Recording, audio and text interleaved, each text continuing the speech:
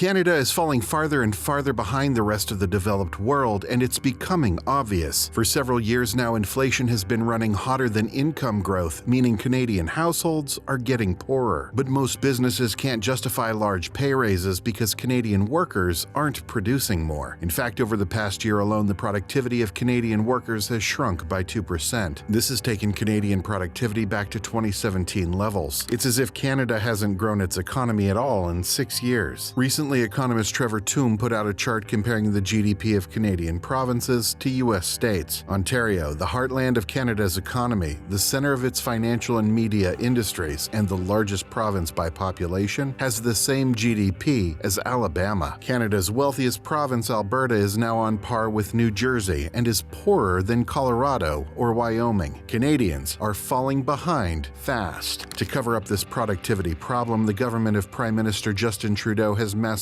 increased immigration levels. Canada's population is growing at a rate of 1.2 million people per year. That's nearly as quickly as the United States, and the U.S. is a country with 8 times as many people as Canada. Growing the population faster means the economy as a whole grows faster because there are more workers and more consumers contributing to GDP. But it doesn't mean anyone in Canada is actually better off, and over the past year, Canada's economy has grown more slowly as a percentage than its population. That means that Canada's per capita GDP, the value of economic output per person, has been shrinking. Canadians are getting poorer. Meanwhile, housing costs are out of control. House prices have been rising for decades as Canadians have increasingly been using real estate as their key way to build wealth, and as investors, both foreign and domestic, have snapped up more and more of the country's housing supply. And now, increased immigration levels are causing a massive spike in demand for housing. Last year, the total number of immigrants, temporary foreign workers, and international students entering the country topped 1 million. In the next year, according to Canada's immigration minister, there will be 900,000 international students entering the country, and that's just students. That doesn't even include immigrants and temporary foreign workers. Canada's housing crisis is about to go from bad to worse. You would think that with all this demand for housing, new home construction would be soaring, but in fact the exact opposite is happening. The amount of new home construction is falling. High interest rates combined with rising municipal development fees are making it increasingly expensive to build new housing, and developers are pulling back. A recent survey found that 67% of housing developers in Canada are reducing the amount of housing they're building. The predictable results of all this are now happening. Rents are soaring, up 30% in Toronto in the past year. With mortgage rates soaring, households are struggling to afford monthly mortgage payments. Many young people have simply given up on ever owning a home, and some are even giving up hope of even being able to rent an apartment. All of this means that today the wealth gap in Canada is growing at the fastest pace on record. The difference between rich and poor is exploding, and that threatens Canada's social stability in the long run. But it doesn't need to be this way. There is a way out for Canada. In this video, we're going to look at what Canada can do to fix its dual problems of sagging productivity and unaffordable housing. To get out of this mess, Canada will need 2 things: higher incomes and lower house prices. Let's look at higher incomes first. To grow incomes, Canadian workers will have to be more productive. Productivity is the amount of output created per hour of work per person. Let's say you have one factory that makes wicker baskets by hand and another factory that makes wicker baskets using machinery. The factory that makes baskets by hand has 100 employees, and every day it produces 100 wicker baskets. The factory that uses machinery only has 10 employees, but thanks to its machinery, it also makes 100 wicker baskets per day. That means the employees in the factory that uses machinery are 10 times as productive as the ones working in the handmade factory. Each worker in the automated factory makes 10 wicker baskets per day, while the workers in the handmade factory make only 1 wicker basket per day, which means that the automated factory can afford to pay each worker much more money than the handmade factory and still be equally profitable. Canada's economy today is the equivalent of the handmade wicker basket factory. There's a lot of demand for labor in Canada, and the unemployment rate is low, but because Canadians produce less than workers in other countries, their incomes are falling behind. A generation ago, Canadians were roughly as productive as American workers. Today, the average American worker is nearly 40% more productive than the average Canadian worker. The main reason for this is a lack of business investment. To have an automated wicker basket factory, you need the owners of the business to invest in the machines that make the wicker baskets. In America today, businesses invest nearly twice as much per worker as they do in Canada. There are a number of reasons why this has happened, but one major one is the level of taxation and government spending. Taxes on businesses and households are higher in Canada than they are in the US, and the government does a lot more spending as a share of GDP. This means government spending is crowding out private sector spending. In any economy, there's only so much money to go around, and in Canada, the government sucks up far more of that money. One easy way to increase business investment is to reduce taxes, not just on businesses, but on households as well, so that households have more money to spend. Today, Americans have much higher disposable incomes than Canadians, so businesses are willing to invest more in order to capture that extra income. In Canada, disposable incomes are lower, so businesses aren't nearly as willing to invest in Canada. There's simply too little money to be made. Canada could spur business investment by reducing corporate and income taxes, but Canadians like their government programs, so to make up for the difference, the government could instead increase sales taxes. This is what many European countries have done to make their economies more competitive. Canada has a federal sales tax, the Goods and Services Tax, or GST. There are also sales taxes at the provincial level in every province except Alberta, known as the PST.